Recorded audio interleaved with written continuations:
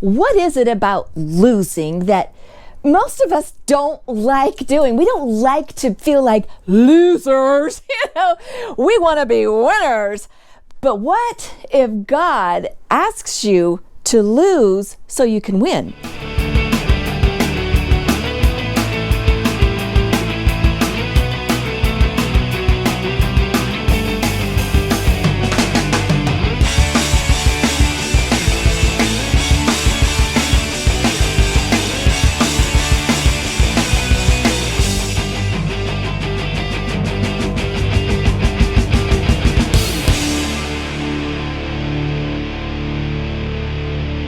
Welcome to day one of the rest of your life. This is Tracy from Esther 414 Ministries. Today we're going to be talking about losing to win. And I know that's like, huh? Okay, I can explain that to you. We're talking about a king from Judah. His name is Amaziah, and we're going to be in 2 Chronicles chapter 25. And let me tell you what's going on here. Amaziah, since he's a new king, he went through and he counted his soldiers. He wanted to find out how many he had because he's getting ready to go to battle. So he goes to Israel and he decides, I got to hire some more soldiers because I don't have enough soldiers. And it says, Chapter 25, verse 6, it says, he hired 100,000 Israelite warriors for 100 talents of silver. Verse 7, but a prophet visited him and said, O king, the Israelite troops must not go with you, for the Lord is not with Israel or any of the Ephraimites. Even if you go and fight bravely in battle, God will defeat you before the enemy. God is capable of helping or defeating. Amaziah asked the prophet, but what should I do about the 100 talents of silver I paid the Israelite troops? The prophet replied, the Lord is capable of giving you more than that. What's the first thing that comes to Amaziah's mind when the prophet comes up and says, send those troops back? Money. Do you know how much I paid for these guys? I paid 100 talents. What am I supposed to do about that? Now, I mean, if we want to get spiritual, we could say, that's not being a good steward with God's money, just to send them back and to just throw that money to the wind. I mean, really? But the prophet is telling Amaziah, God's not with them. You don't want these guys and you don't want anything to do with them because God can either help you win or he can allow you to lose and be defeated greatly. And I know you don't want that. And he basically told him about losing the money. Losing the money was that God can restore that and more. See, in our lives, we feel like we're losing if we have to get rid of something. Or you ever heard the term chasing? If you're chasing money, a lot of times this happens with people who gamble or someone who goes out and say they go flea marketing, okay? Or they go to a thrift store and they buy something and it looks really cool. And if it's electronic, well, there can be some issues with it sometimes, okay? Just say, for example, my husband who's standing behind the camera, he loves to pick up great deals at flea markets or at garage sales or say at thrift stores. And a couple times he's come back with some blowers they were a great deal. And this brand is actually pretty good, okay? And he got them for $5, $10, maybe $20, somewhere in there. And for the price that you would pay for it initially, yes, it would be a great deal. But after he gets it home, now the person said, hey, it's been tested. It works. I used it all last season. He gets it home. He's like, well, they said maybe I just need to put a little more oil in it, put some gas in it or so. So he goes through all the steps and stuff to try and get it, and he still can't get it to go, right? And I'm telling you, this has happened more than once. And he takes the tube off one time, and what's in the tube of the blower but a rat's nest. There is no way this thing was tested, and there's no way this guy had just used it if there's a big rat's nest down the whole tube. And then he looks and he sees the gas line and stuff, that it's crumbled. So don't tell me that even gas could even get to the other part to get the thing to start. I mean, there's no way. So what does he do? I can fix this. All I got to do is get this part, get that part, and gas lines, carburetor, filter. Gas lines, carburetor, filter.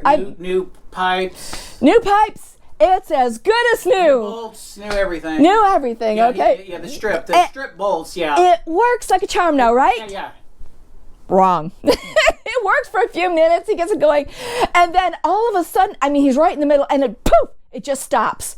I mean, it's just like, are you kidding me? Really? Cracked head. It's cracked head, okay? You know, it's just like, you've got to be kidding me. So what does he do? He goes and buys it. I can fix it. He goes, does he go buy a brand new one? No. I can find another one just as good, if not better, at another garage sale. And on he goes until finally he realizes, you know what?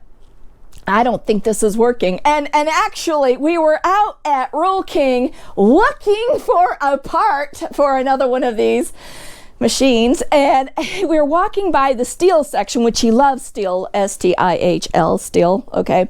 Anybody who knows equipment knows steel is the best, right? And he goes, I should just stop messing around with these pieces of junk and just get the good stuff.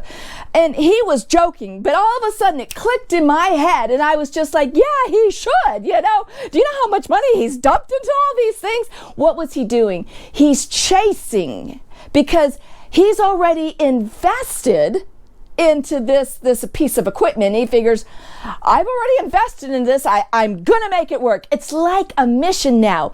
And this is just a small example, okay, of how we feel. We feel invested in things where we have to be right. I mean, I can't admit I was wrong that I went and just chased after this piece of junk. There's so many times in our lives that we just want to hang on, and God's saying, let go, okay?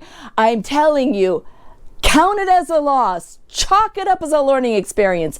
Don't be cheap. So what did God teach us? He said, don't be cheap. Go and get the steel. Yes, we did get the steel. I mean, it was just, and you almost feel guilty at this point, but you're like, honestly, we've probably bought this thing about 3 times now after all the money we've invested in all these other things. But God, He doesn't want us to look at certain things as losses when He's saying you don't want to be a part of that. You want to let it go, and you want to move forward with God's best. What is He showing you? He says, okay, if you jump off of that train and get on this one where I'm at, you will win. You won't be defeated. I can give you the victory. You've got to trust me on this point. And guys, this is a materialistic example, but it doesn't happen just with materialism in our world. It can happen in the spiritual realm and an emotional realm. We feel like someone did us wrong. There was an injustice that happened, and we can't let it go. We're like, they have got to pay, and I want to be the one to make them pay. I'm going to figure every way out that I can just bring it on, that I can give it to them. I mean, I really want God to jam them and jam them hard. But, vengeance is mine, saith the Lord. I will repay, but I want to be God's helper too. It doesn't say you can be God's helper. God says, let it go. Let me take care of it in ways that you could never understand. See, when we can't let that go, it just wells up inside of us. It creates a bitter root, and it starts pouring out of us. And we may not even notice it. We may not even realize that this negativity, that this bitterness is coming out of us. But other people around us can start to see it. You'll start noticing maybe in your life, people are starting to back off of you.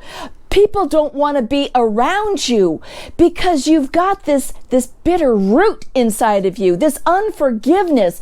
And now you're not only not letting this one thing go, it just starts pouring over into other areas of your life. And you're thinking, well, God's doing me wrong. God doesn't help me. God's not giving me favor. Maybe it's because you're not extending mercy and grace to other people. You're not believing that God can handle it, that He's maybe using this thing in your life to grow you, to bring out certain things in you, to make you realize there's things in my life that maybe aren't so good that I really need to address. Oh Lord, please forgive me of this attitude. Please forgive me of this habit. But instead of looking inward, we're pointing the finger outward at other people saying it's their fault. It's this thing. This happened to me, so that's its fault. It's not me, it's them, or it's this. But we have to start looking inward, and you have to start with yourself saying, Lord, please help me. Please help me to release all these things to you. Help me to release my life, the things in my life, the things that maybe have gone wrong in my life that I thought were going wrong, but maybe you've been using this to help mold me. My husband, I'm looking at him behind the camera, and he has this t-shirt on. It says, "Stormy seas shape strong sailors." If you can read that. Stormy seas shape strong sailors. It's from Life is Good. And it's a really, really great saying. And now I wouldn't go as far to say that Life is Good is a Christian company. I have no idea. But really, it's a Christian concept. God uses these storms that come along in our lives to shape and to mold us. And you can either allow that to conform you to the image of Christ, to allow the Lord to bring these things out of you, to realize, oh man, I really need to work on this area. Or you can use those storms to feel like you've been battered around and you're being thrown overboard. And why is this happening to me? And guess what? You're probably going to go through these same storms over and over because God is trying to mold you and trying to shape you into that image of Christ, but you keep pushing back. You keep resisting. You keep seeing it as an assault to you. That it's like, but it's not fair. Why is this happening to me? You're looking at it wrong. You have to look at it and say, Lord, what would you have me to learn from this? And please give me the wisdom to understand what that is and to be able to change through your Holy Spirit, that you would flow in and through me, that your fruit of the Spirit would be seen in my life. So don't look at things that you've lost something. Sometimes the Lord wants us to be a loser, to be a winner. We got to let go of some things so He can increase us and make us a better person and give us that victory. I really hope you enjoyed this and that it helped you maybe in your life. This has been day one of the rest of your life. This is Tracy from Esther 414 Ministries.